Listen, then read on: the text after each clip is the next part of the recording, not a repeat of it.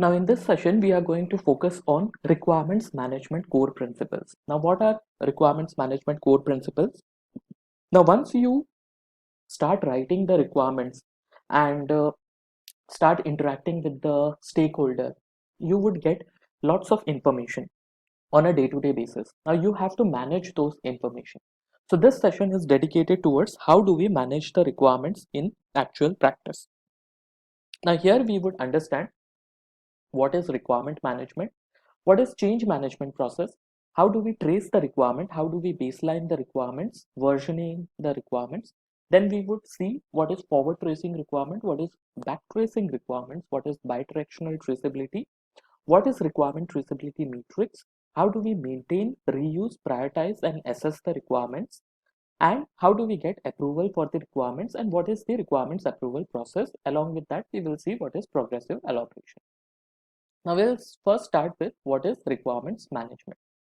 So this is the requirement management core process, how we manage the requirement. Now requirement management is the process of documenting, analyzing, tracing, prioritizing and agreeing on requirements, and then coordinating change and communicating to the relevant stakeholders. So we have pretty much discussed all of them. How do we analyze the requirement?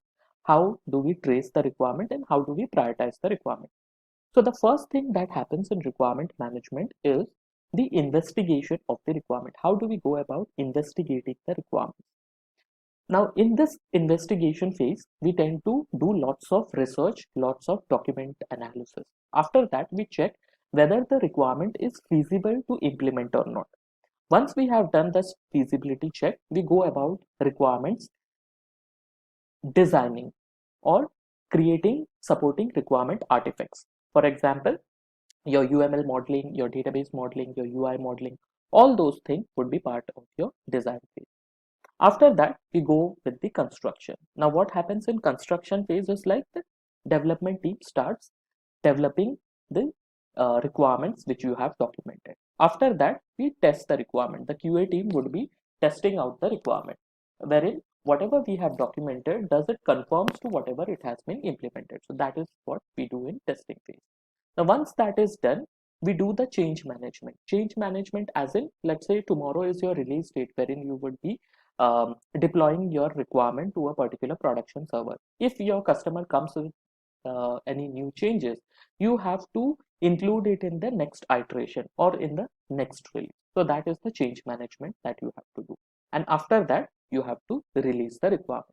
So these all steps are part of your requirements management core process that you have to follow. Now, we use different tools in terms of managing the requirements. Like we have Jira, we have Visual Studio Online, we have CA Agile Central, or commonly known as Rally, or we can use HP's project portfolio management. Depending on the project and depending on the requirements management tool, you would be managing your requirements in that particular tool. If no tool is available, you can manage your requirement in simple Excel as well. So that is the common thing that we do. Now, how do we identify this tool? That which tool is good for us and which tool would give us the flexibility of managing the requirement to its core.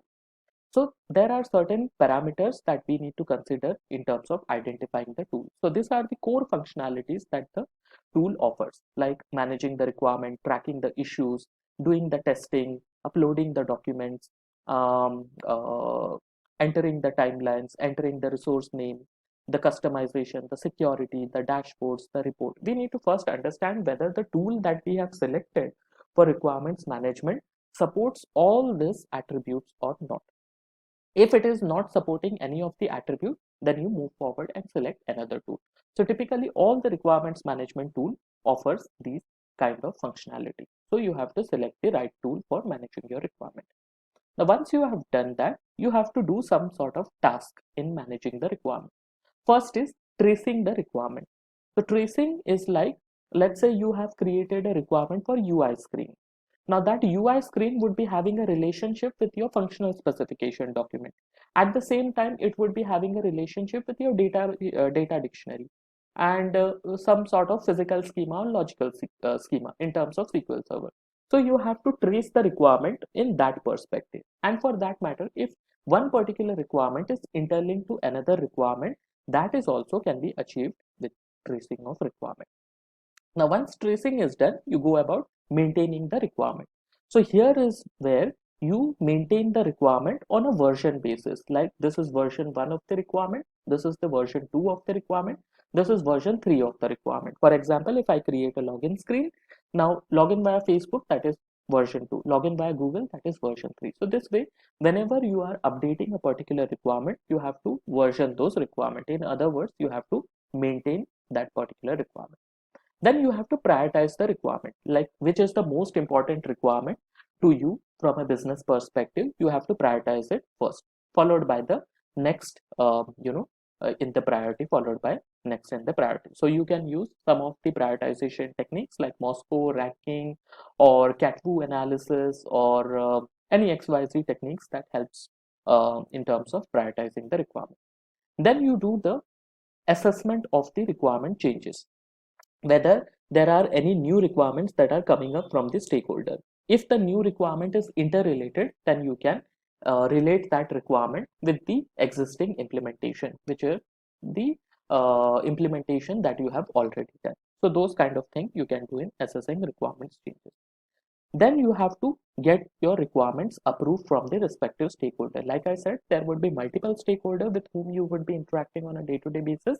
Now, if you feel that your stakeholders' interests are conflicting, you have to negotiate with them, and basis on your negotiate, you have to get your requirements approved before sending it for implementation to the development team. So that is the sanity that you have to do when it comes to requirement management. So these are the 5 core tasks that you would be doing in your requirements management. Now, once that is done, we need to understand what is the requirement lifecycle. So requirement lifecycle begins with the representation of the business need, like we already discussed. It continues through the development of a solution, any working software, and ends when the solution and requirements that represent it are retired. Now, once you have implemented the requirement or you have given a working copy to your customer, your requirements lifecycle doesn't ends over there. It keeps on continuing until and unless your solution is retired. Now, this solution doesn't retire instantly, rather it takes some time, probably 5 years for some project, probably 10 years for some project. Like I gave you an example of Google Plus, wherein they are shutting down their services. Now, what would happen to the requirements that has been written in the context of Google Plus? That would get retired. Until then, it would stay alive in the requirements management tool. So that is how you manage the requirements lifecycle. Now, before moving into the different tasks, we need to understand change management. What is change management? Now, before even going to change management, we need to understand what is change. Now, what do you understand from this picture?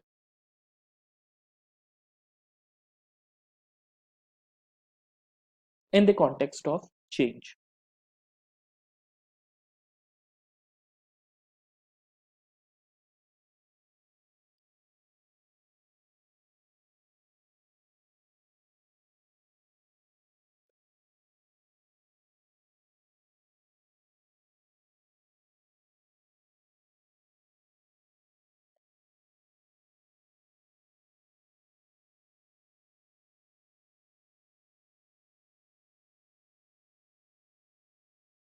Any thoughts what it could be?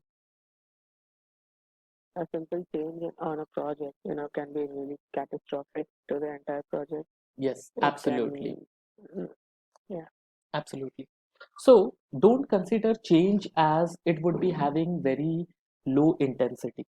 Even a small change can shake the entire project. So we need to be very careful in terms of handling the change. So it's not like that your customer is coming to you and he is saying that, okay, you change the color of the header of this particular website. Now, before changing the color of the header of your website, you need to understand why you want to change the color of the header of the website, because there must be some business reasons behind the color of that website.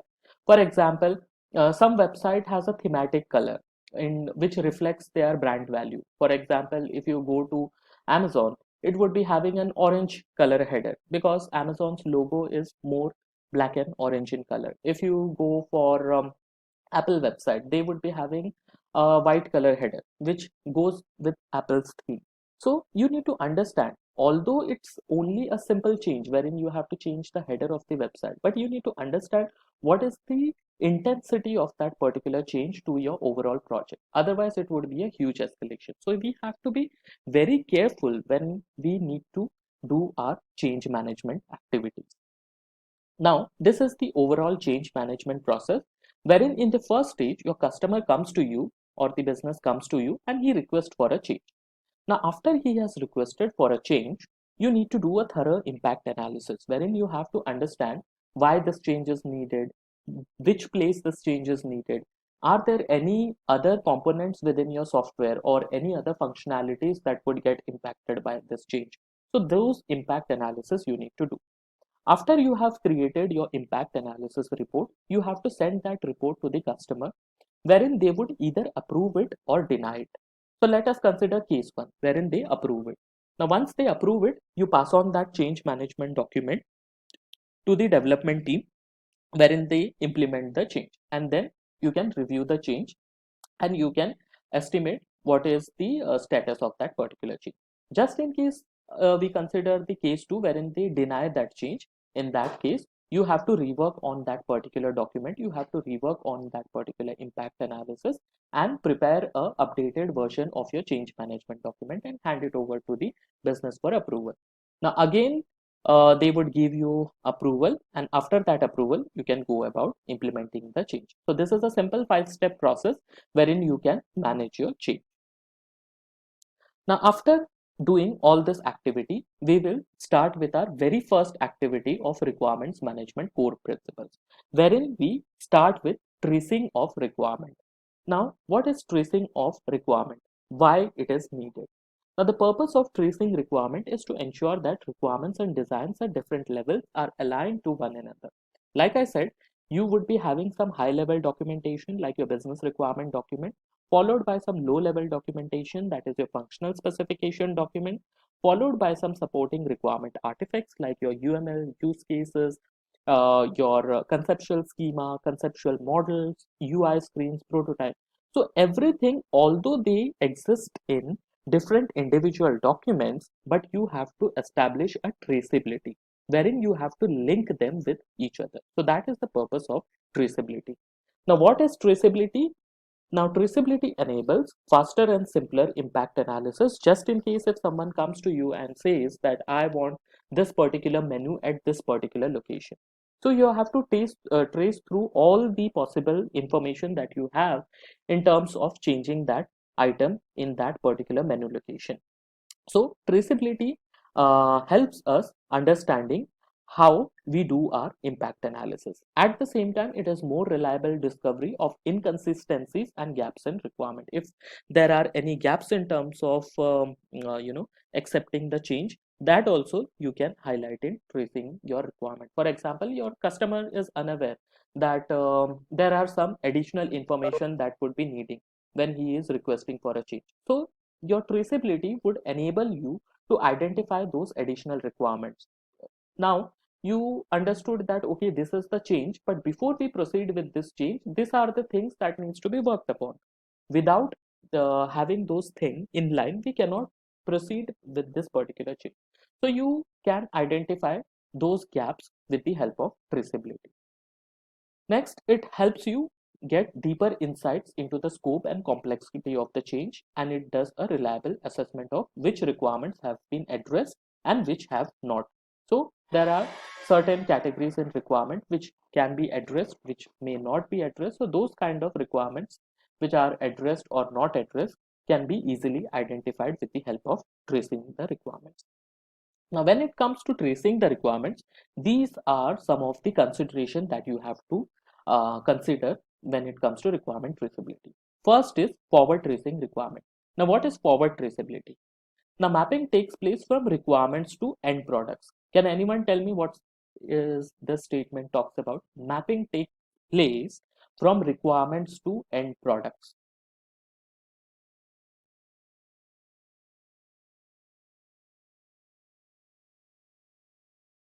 What are end products for that matter? Can anyone explain me what are end products?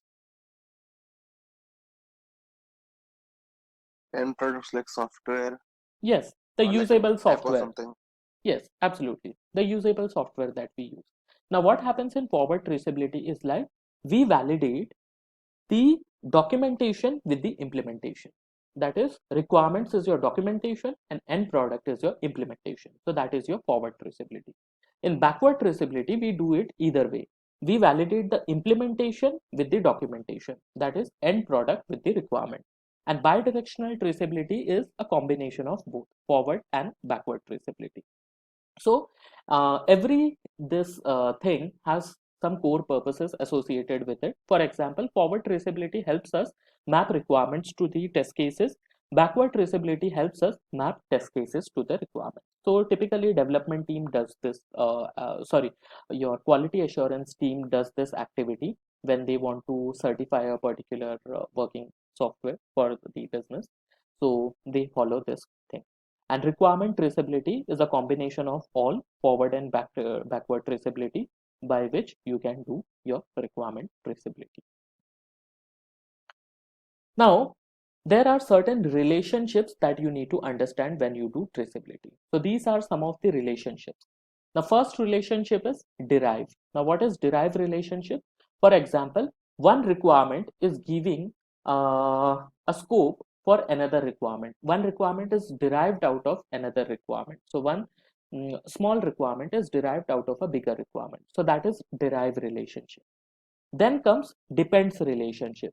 Depends is like it is very similar to derive, but there is a difference. So derive is the situation wherein your requirement exists independently. There is no such relationship like if you develop this, then only you can develop that. But that is the case with depends. Depends is like you have to develop this requirement, then only you can move to that requirement. So that is the difference between derive and depend. In derive, requirements exist independently. In depends, requirement exists in relationship. So one requirement has a relationship with another requirement. If you don't develop this requirement, you cannot proceed further with another requirement. So these are some of the factors like necessity, effort that has to be taken into consideration when you typecast a requirement as depends. Then comes satisfy. Now, satisfy is a relationship between an implementation element and the requirement that is satisfying. For example, the relationship between the functional requirement and a solution component that is implementing it. That is called as satisfying requirement. So whatever sort of validation that you do in terms of your UI screen or in terms of your database, that is part of your satisfy relationship. Then comes validation relationship. So this is the relationship between the requirement and a test cases wherein we validate whether the implementation and documentation conforms to each other or not. Now, next task that we are going to do is maintain requirements. Now, what is maintaining the requirement and why do we need to maintain the requirement? Now, the purpose of maintaining requirement is to retain requirement accuracy. Like I said, whatever requirements that we would be having, that would be on an ongoing basis. It won't be or it would never be a case wherein you would be getting all the requirement upfront on day one itself when you are onboarded to a particular project. So these requirements keeps on coming to your project on a frequency basis. This frequency can be daily, can be monthly, can be quarterly. So it comes to you on a frequent basis. Now, when you get so many requirements from different stakeholder or different sources, it goes very critical for you people to maintain this requirement. And at the same time, you have to also explore some sort of reusability of the requirement. For example, if you create a login screen, the very popular example, if you want to do a functionality, login via Facebook or login via Google, so you would be using the same user ID and same password, wherein you can reuse the user ID and password functionality which is already uploaded or already maintained in that particular system. So this way you can maintain as well as reuse the requirement. So that is the reason why there is a slash over here. You have to maintain and reuse the requirement.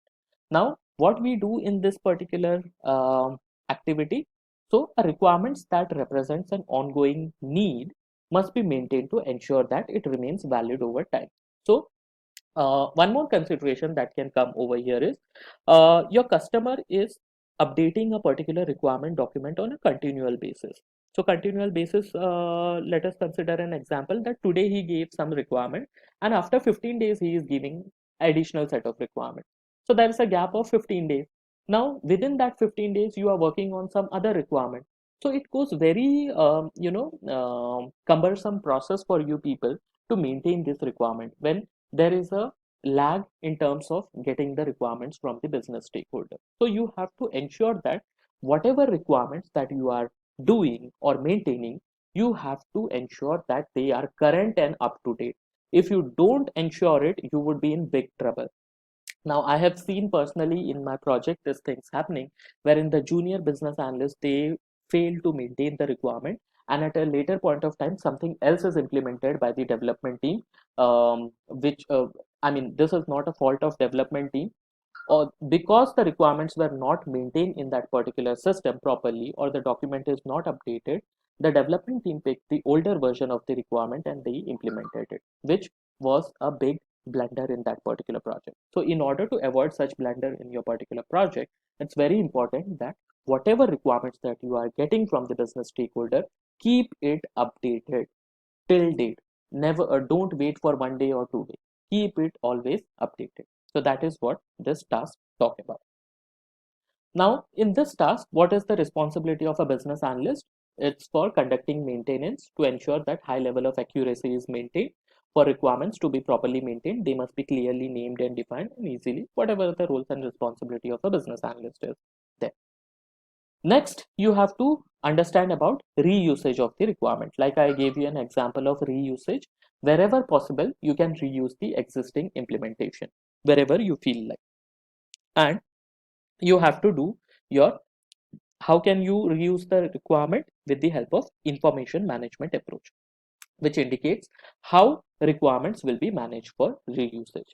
Now, what is information management? So information management talks about how you uh, do your architecture of the requirements or the requirements architecture, wherein how you place these requirements where, like the high level document, low level document, requirements artifacts, how they are interlinked with each other. So that process is part of your information management in business analysis term.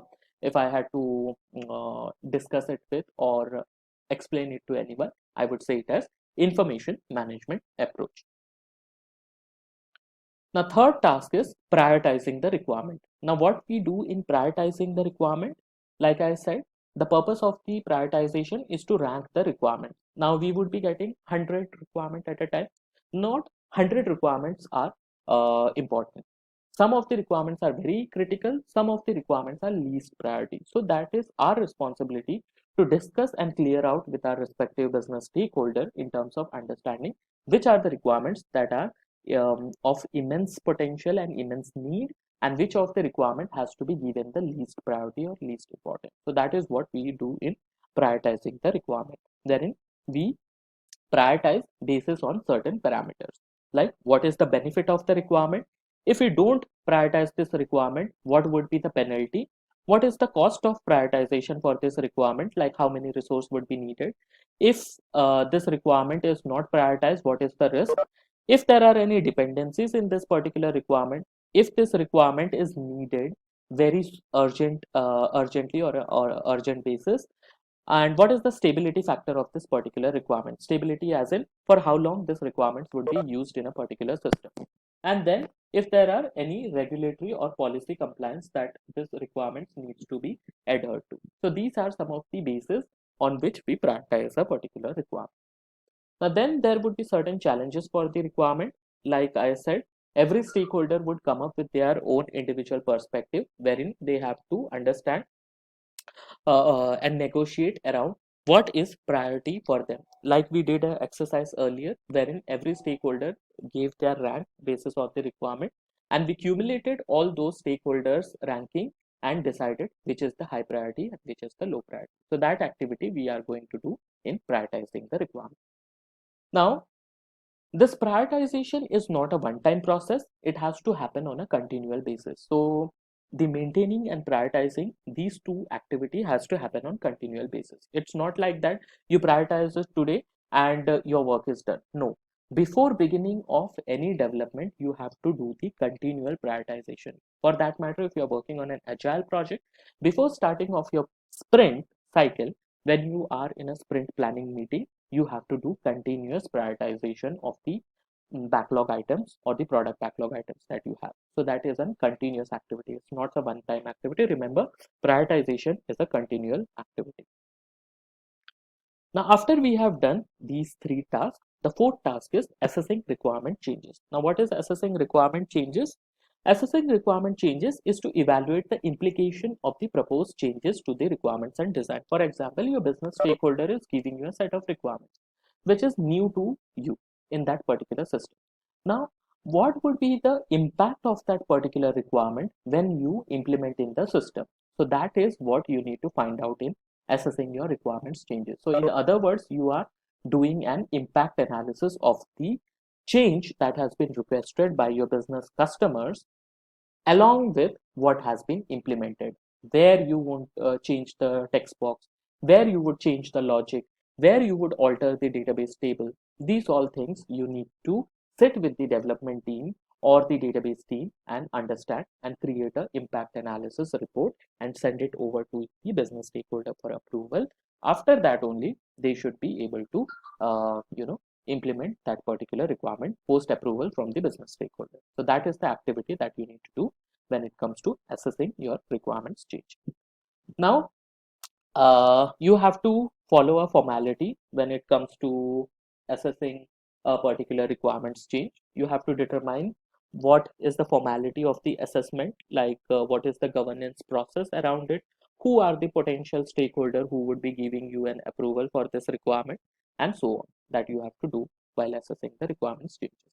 Now, like I said, you would be doing impact analysis. You would be doing impact analysis basis on the benefit that the business is intending out of this requirement change. What is the cost involved? What is the impact? What is the schedule of implementing this requirement? And what is the urgency of the requirement? So these are some of the activities that you need to do when you are preparing an impact analysis report. Now, eventually, after you have completed all these four tasks, you have to get your requirements approved. Now, why do we need to have the requirements approved? Because since you are the change agent for your project as a business analyst, you keep track of all the changes that happens to a particular system. And your sponsor or the business stakeholder are the people who give you the requirement. Now, if you don't get their approval and you design a particular system basis on informal approval, like they said, okay, go and change this requirement without getting any sign off, sign off from them, you start getting those requirements implemented.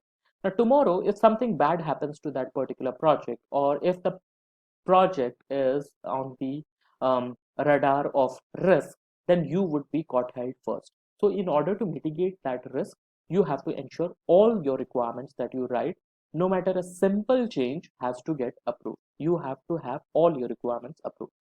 So whatever you write, whatever explanation you write in terms of any of the artifacts, whether it's high level documentation, low level documentation, or any supporting artifacts that you create, everything has to be approved by your business stakeholder. So that is something that you need to ensure in this activity. So here, the responsibility of a business analyst is to understand stakeholders' role. Conflict and issue management, you have to ensure that every stakeholder is on the same page. If there are any conflicts that are happening, then you have to negotiate with those conflicts. You have to gain consensus. That means every stakeholder has to agree upon that particular piece of work that you are going to deliver. Then you have to track and communicate the approval to your senior management from your vendor perspective, your project manager, your program director, delivery manager, whoever it is. Now, after these 5 steps are done, this is how you achieve your requirements management. Now, requirements management is not a one-time activity. It is a continuous activity. Like you saw, tracing, maintaining, prioritizing, all the activities are on a continual basis. It is not like that you would do it and leave it. No, you have to do it continuously. It's a continuous activity that you have to do. The next concept is progressive elaboration. Now, what is progressive elaboration? Look at this picture and explain me what is progressive elaboration.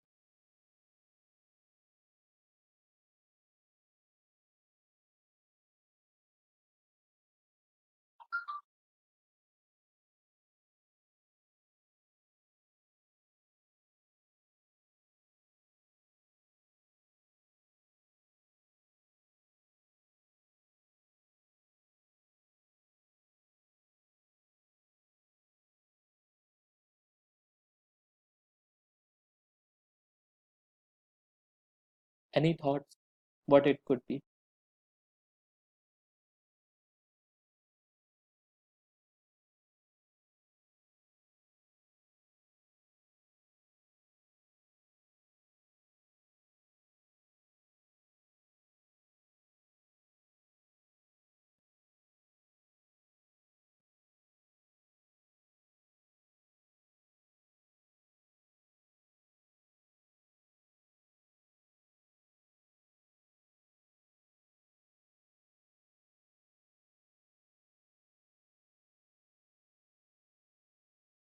Okay.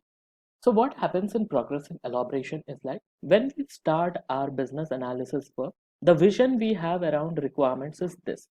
Now, when we move forward in that particular project, the requirements get clear and clear after iteration after iteration. So this process is called as progressive elaboration, wherein whenever we get additional set of information about a particular requirement, the picture is more clear. So in every project, this thing happens. You don't get requirement upfront. The requirement first is in this stage, and until you get the finalized requirement, there would be lot of requirement cycles that have been already delivered. So this is what happens in a particular project.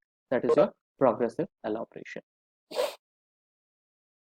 Now, this is what we understood in our today's session. We understood the requirements management core process, the change management process, the traceability, and all this information.